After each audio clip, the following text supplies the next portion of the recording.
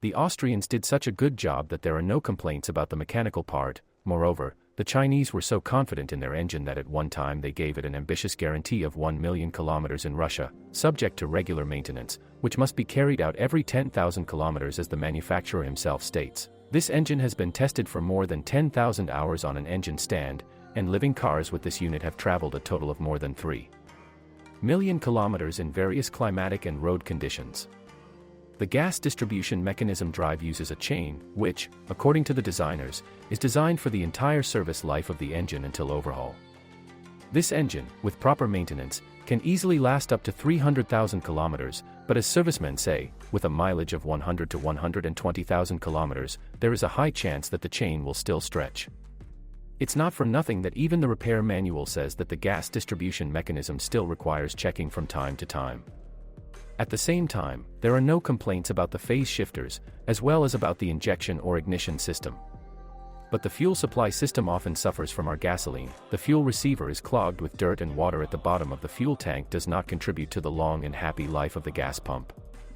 Its service life on average is about 80,000 kilometers, and it is not cheap, but experienced people say that repairs can be significantly reduced in cost if you do not buy a new fuel pump assembly, but take out the old one and thoroughly rinse the housing from dirt.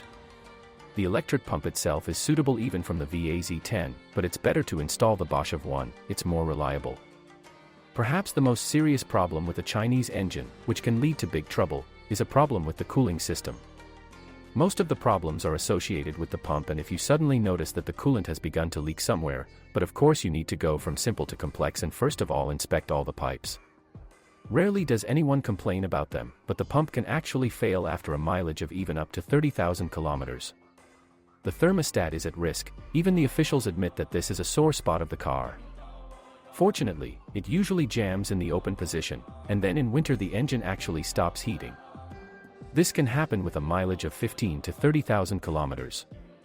The design of this thermoelement is clearly not the most successful. Because of this, a hermetic closure of the large counter is not ensured, so even at the service the onset of this disease is not always recognized. With a small gap, the car stops heating at idle and heat appears only under load. Naturally, the owner who knows nothing does not take any action until the thermostat is already stuck in the fully open position. Now let's move on to the transmission. In Russia, the Chery Arrizo 7 was sold not only with a CVT, but with a 5-speed manual.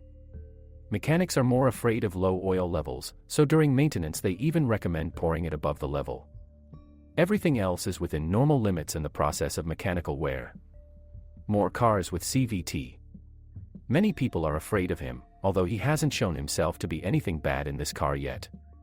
However, it is also difficult to find any clear statistics on breakdowns, but the answer is more or less clear. The main problem with older versions of the Jotka is a stretched belt. The second well-known malfunction is the wear of the cone bearings during a run of much more than 100,000 kilometers before it is unlikely to manifest itself, but if the previous owner neglected maintenance and replacement of the fluid, then the pressure-reducing valve of the oil pump may become clogged and the consequences are difficult to predict. It depends on what stage you notice, but in most cases, if the box has not been abused and has been regularly serviced, and this variator needs fluid changes every 40,000 kilometers, then a mileage of 150,000 kilometers is not the limit for it. It is important to remember that when changing the oil, you cannot ignore replacing the filter. A clogged filter is a direct path to a drop in oil pressure and oil starvation with all the ensuing consequences. Nobody complains about handling. The suspension is poorly adapted to driving on uneven asphalt or dirt roads. Chery clearly hasn't adapted it to our realities, so a hole on bad roads is not uncommon, especially for those who operate the car in the regions. The front suspension is the first to suffer from our directions.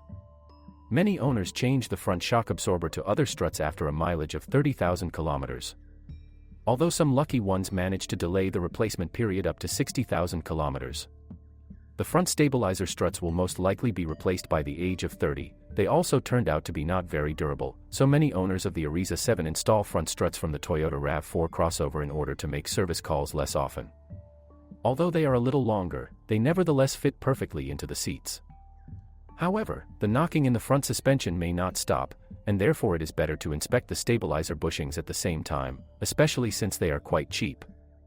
The advantage of the Chery Arrizo 7 suspension is that all elements can be changed separately. Silent blocks, even ball bolts and nuts have their own number and are supplied as spare parts, so you are unlikely to be able to splurge on chassis maintenance. Of course, in terms of quality and durability, Chinese rubber metal joints are far from ideal, but they should last 50 to 60,000 kilometers. Ball joints last twice as long.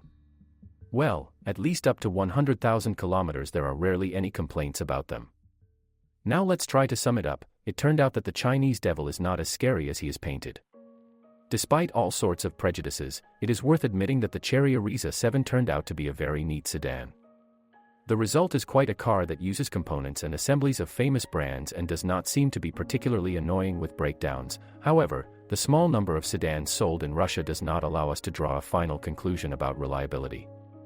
And with the availability of spare parts, not everything is so clear either, and if there seem to be no problems with consumables, then the remaining spare parts will have to be ordered, and all this is fraught with low demand from buyers for subsequent resale, as well as the need for a significant discount.